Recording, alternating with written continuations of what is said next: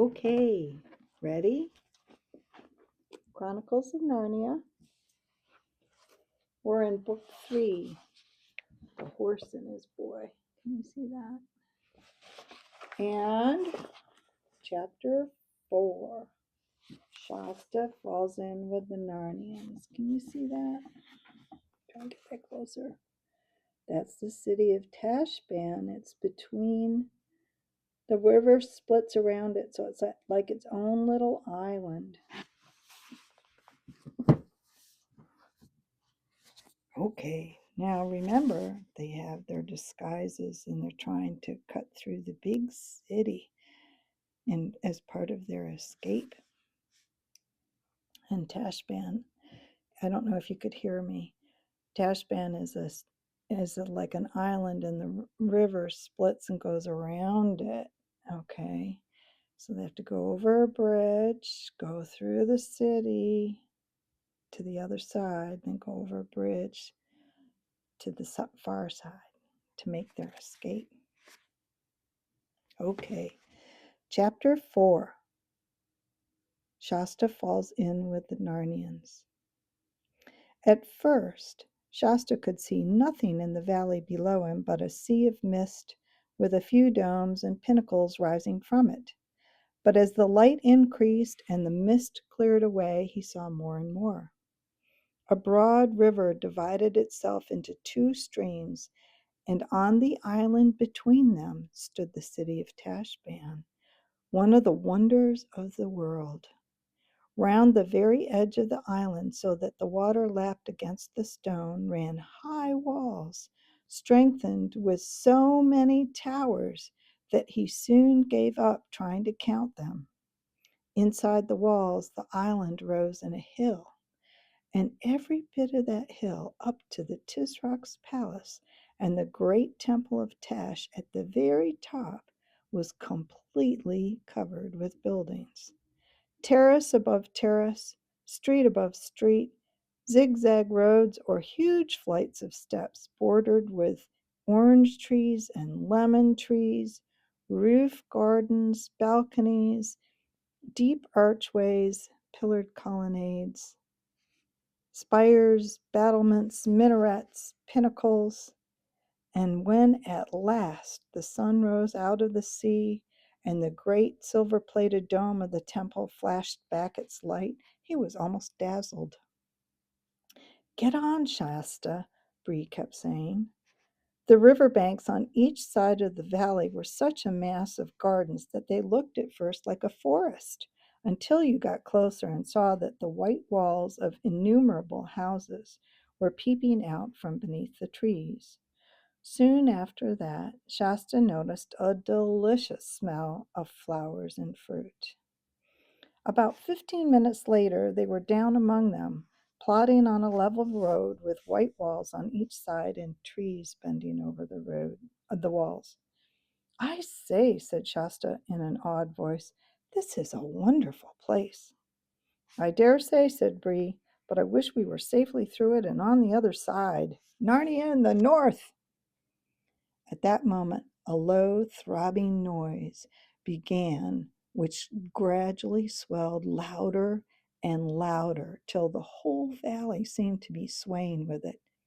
It was a musical noise, but so strong and solemn as to be a little frightening. "That's the horns blowing for the city gates to be opened," said Bree. "We shall be there in a minute. Now, Erebus, do droop your shoulders a bit and step heavier and try to look less like a princess. Try to imagine you've been kicked and cuffed and called names all your life." "Well, if it comes to that," said Erebus, "what about you drooping your head a little more and arching your neck a bit less and trying to look less like a warhorse?" "Hush," said Bree. "Here we are." And they were. They had come to the river's edge, and the road ahead of them ran along a many-arched bridge. The water danced brightly in the early sunlight. Away to their right, near the river's mouth, they caught a glimpse of ships' masts. Several other travelers were before them on the bridge, mostly peasants, driving laden donkeys and mules or carrying baskets on their heads. The children and the horses joined the crowd. "Is anything wrong? whispered Shasta to Erebus, who had an odd look on her face. Oh, it's all very well for you, whispered Erebus rather savagely. What would you care about Tashband? But I ought to be riding in on a litter with soldiers before me and slaves behind, and perhaps going to a feast in the Tisrock's palace, may he live forever. Not sneaking in like this. It's different for you. Shasta thought this was all rather very silly. At the very end of the bridge, the walls of the city towered high above them, and the brazen gate stood open in the gateway, which was really wide, but looked narrow because it was so very high. Half a dozen soldiers, leaning on their spears, stood to each side. Erebus couldn't help thinking, they'd all jump to attention and salute me if they knew whose daughter I am. But the others were only thinking of how they'd get through and hoping the soldiers would not ask any questions. Fortunately, they did not.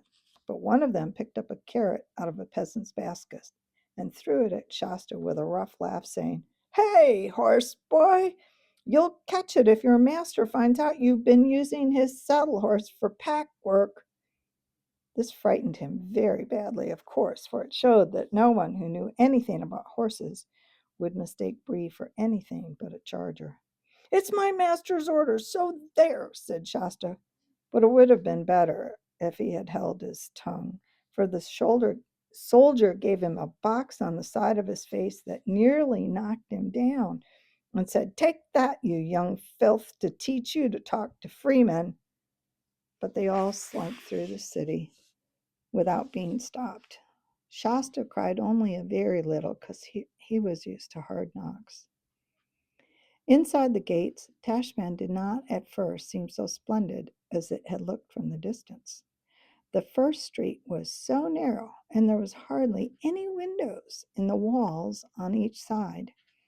It was much more crowded than Shasta had expected, crowded partly by peasants on their way to the market, who had come in with them, but also with water sellers, sweetmeat sellers, porters, soldiers, beggars, ragged children, hens, stray dogs, and barefooted slaves. What you would chiefly have noticed if you had been there were the smells, which came from unwashed people, unwashed dogs, scent, garlic, onions, and piles of garbage which lay everywhere. Shasta was pretending to lead, but it was really Bree, who knew the way and kept guiding him with little nudges with his nose. They soon turned to the left and began going up a steep hill.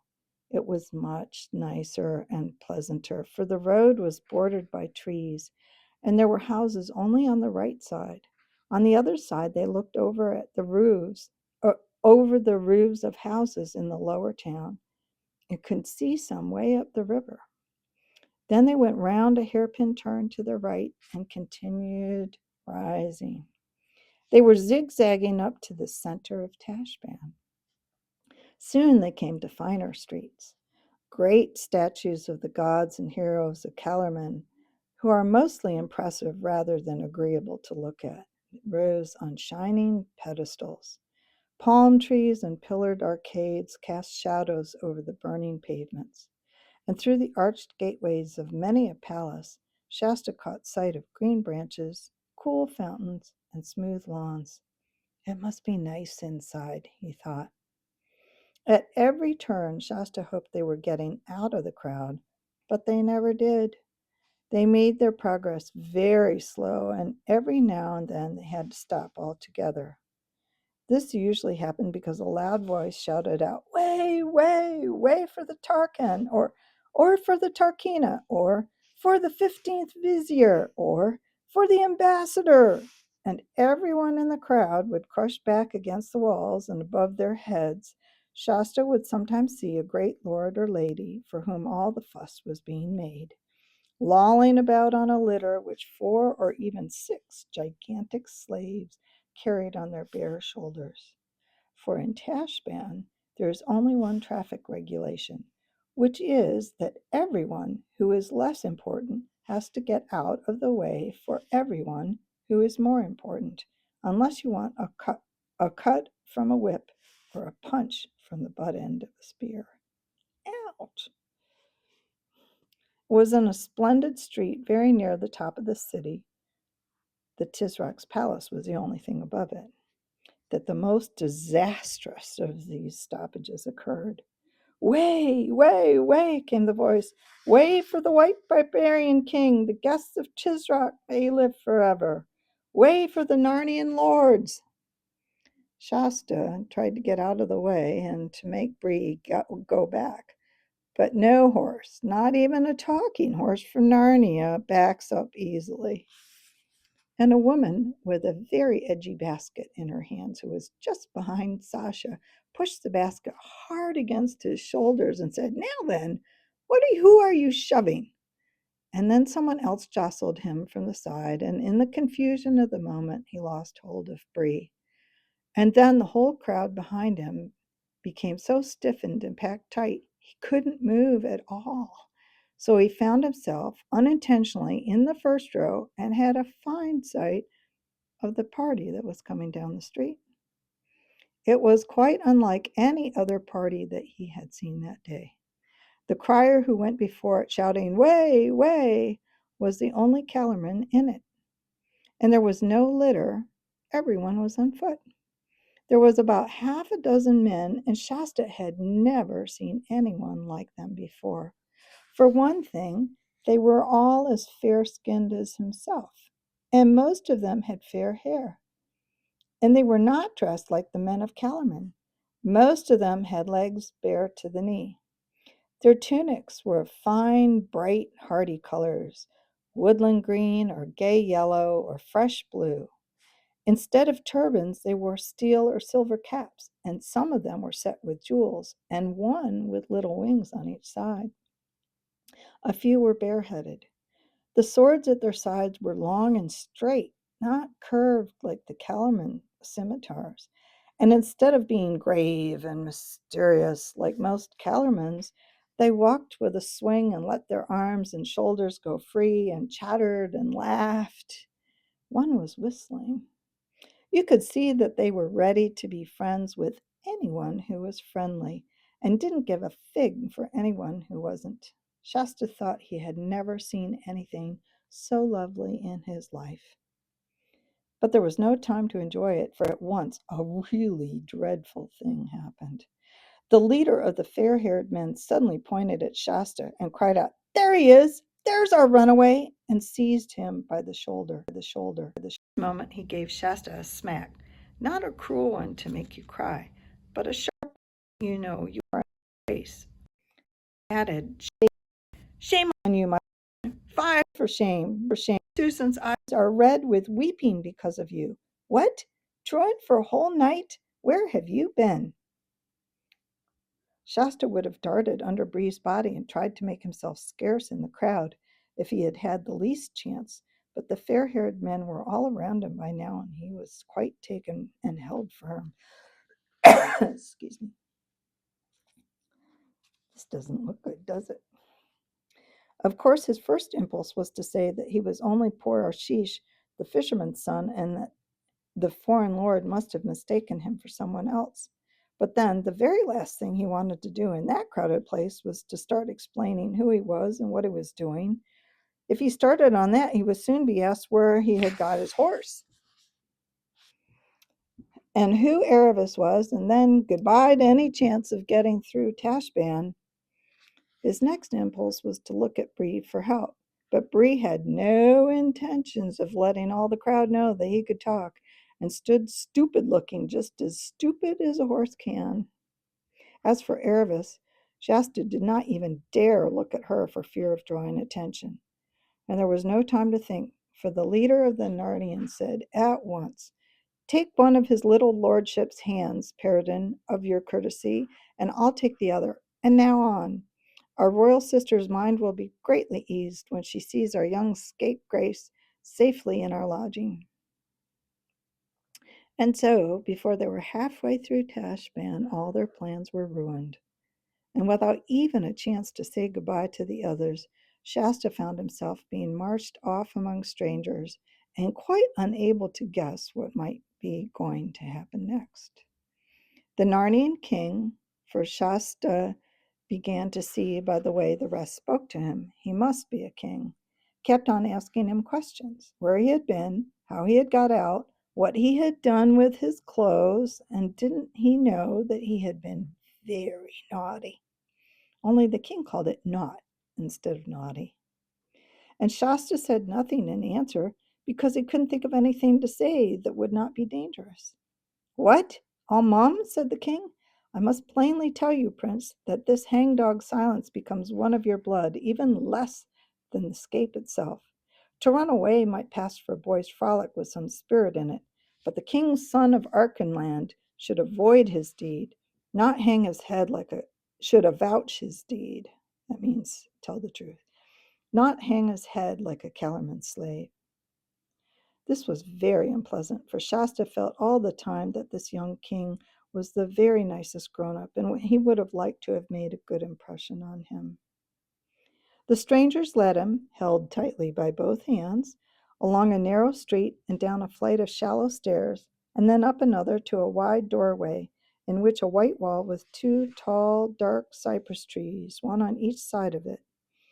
Once through the arch, Shasta found himself in a courtyard, which was also a garden. A marble basin of clear water in the center kept continually rippling by the fountain that fell into it. Orange trees grew round it out of smooth grass, and the 4 white walls which surrounded the lawn were covered with climbing roses. The noise and dust and crowding of the streets seemed suddenly far away. He was led rapidly across the lawn and into a dark doorway. The crier remained outside. After that, they took him along a corridor where the stone floor felt beautifully cool on his hot feet and up some stairs.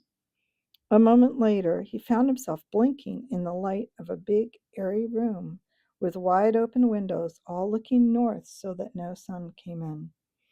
There was a carpet on the floor, more wonderfully colored than anything he had ever seen, and his feet sank down into it as if he were treading on thick moss.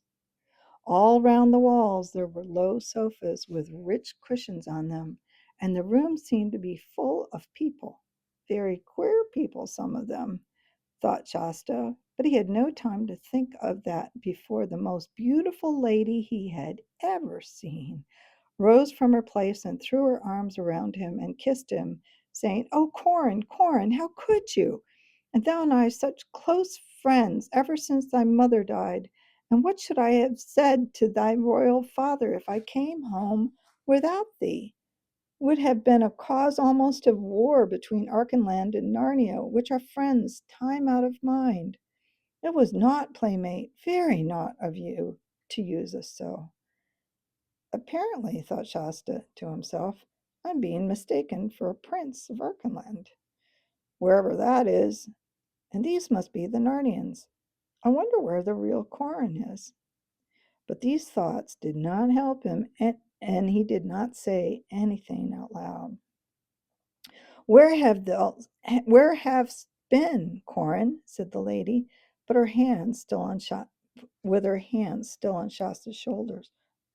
I don't know, stammered Shasta. There it is, Susan, said the king. I could get no tale out of him, true or false. Your Majesties, Queen Susan, King Edmund, said a voice, and when Shasta turned to look at the speaker, he nearly jumped out of his skin with surprise. For this was one of the queer people whom he had noticed out of the corner of his eye when he first came in the room. He was about the same height as Shasta himself. From the waist upwards he was like a man, but his legs were hairy like a goat, and shaped like a goat, and he had goat's hooves and a tail. His skin was rather red, and he had curly hair, and a short pointed beard, and 2 little horns. He was, in fact, a faun, which is a creature Shasta had never seen a picture of or even heard of. And if you've read a book called The Lion, the Witch, and the Wardrobe, you may like to know that this was the very same faun, Tumnus by name, whom Queen Susan's sister Lucy had met on the very first day when she found her way into Narnia.